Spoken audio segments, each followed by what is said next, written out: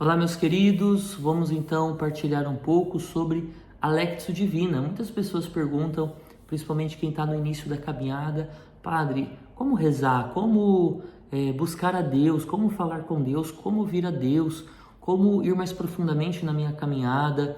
Às vezes eu pego a Bíblia, não sei o que ler, não sei como entender, e às vezes a gente fica um pouco perdido. Como que a gente faz para estar em sintonia maior com Deus?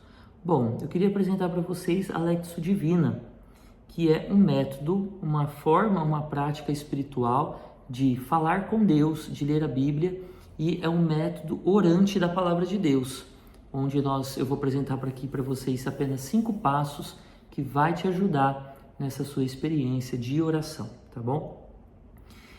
São 5 passos simples e se você fizer ele bonitinho, com certeza você vai receber os frutos da sua oração pessoal. Veja, você pode rezar em qualquer momento do dia. É claro que de manhã é importante, porque você vai começar o seu dia em oração, você vai estar mais calmo já pela manhã.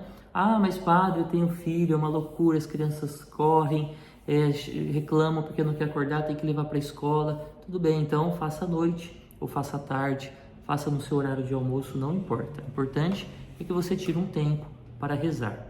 Eu vou dar 5 passos, veja.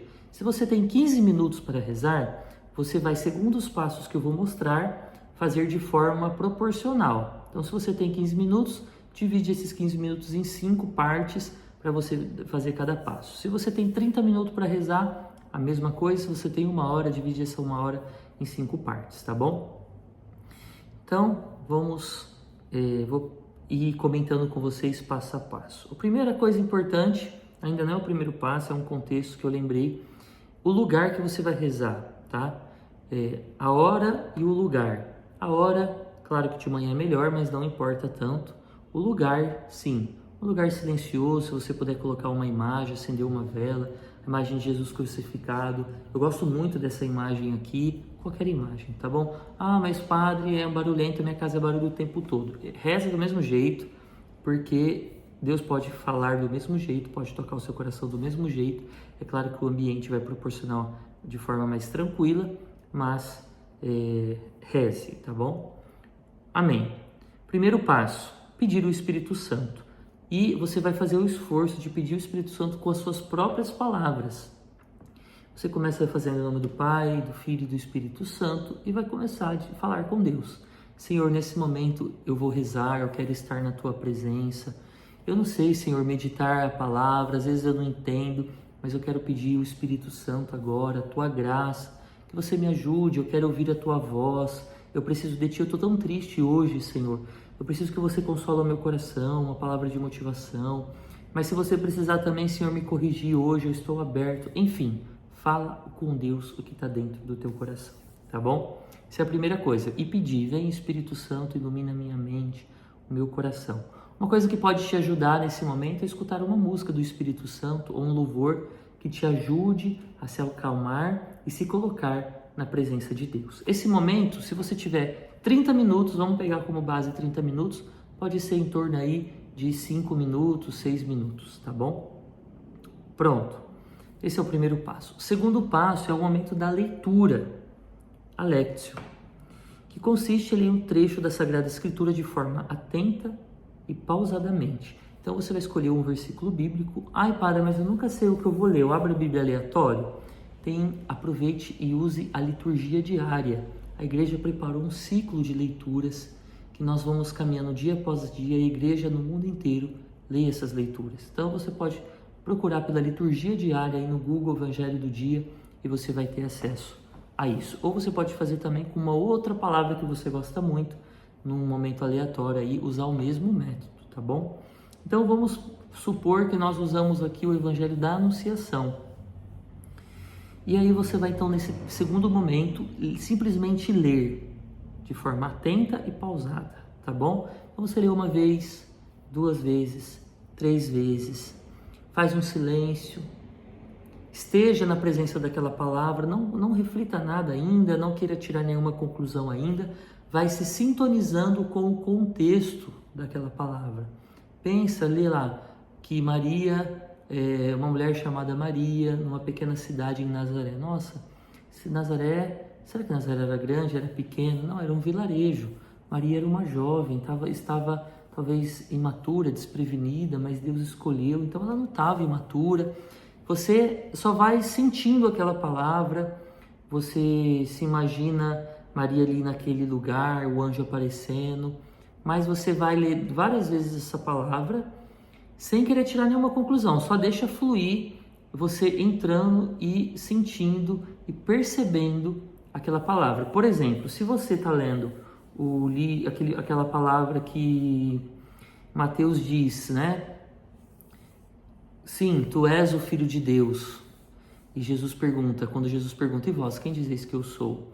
Você vai olhar ali e falar, nossa, qual é o momento da vida de Jesus essa palavra? Quantas coisas já aconteceu ali, né? Jesus já tinha realizado milagres, e depois de realizar milagres faz aquela pergunta. Então, os discípulos já conviveram um pouco com Jesus, por isso que agora Jesus está fazendo essa pergunta. Então, os discípulos já têm alguma coisa para dizer. Você vai se sintonizando e percebendo qual é o contexto que aquela palavra está, o ambiente, os personagens. Pronto, esse é o segundo passo. Feito o primeiro passo, que é pedir a graça de Deus. O segundo passo, que é ler atenta e pausadamente a palavra. E você vai fazer isso por uns 6, 7 minutos também, tá bom? Já deu aí uns 15 minutos, né? 14 minutos. Você depois vai entrar para o terceiro passo, que é a meditação. E aí sim, nesse momento você vai usar da sua imaginação, da sua inteligência, da sua memória, para ir profundamente investigar, procurar o que Deus quis dizer para todos nós através dessa palavra, tá bom? Então esse é o terceiro passo. E você vai fazer isso por mais 6, 7 minutos. Já vamos aí para 20 minutos, 21 minutos, certo? E aí você vai, então, o que Deus quer falar através dessa palavra. O que Deus quer falar para cada um de nós, mas também o que Deus quer falar para você. Esse vai ser um outro passinho dentro desse passo ainda, da meditação. Primeiro você vai, na meditação, buscar o que Deus quer dizer para todos nós. E um segundo momento dentro ainda deste passo, o que Deus quer dizer para você. Por que Deus realizou este milagre? Por que foi dessa forma? O que Deus quer transmitir? O que Deus quer ensinar?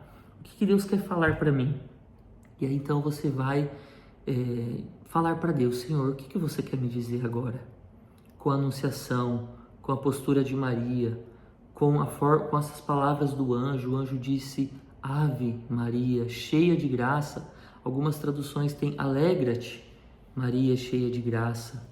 Enfim, você vai dizendo, olha, quando o anjo diz, para Deus nada é impossível, e você vai, Senhor, convença o meu coração de que para você nada é impossível.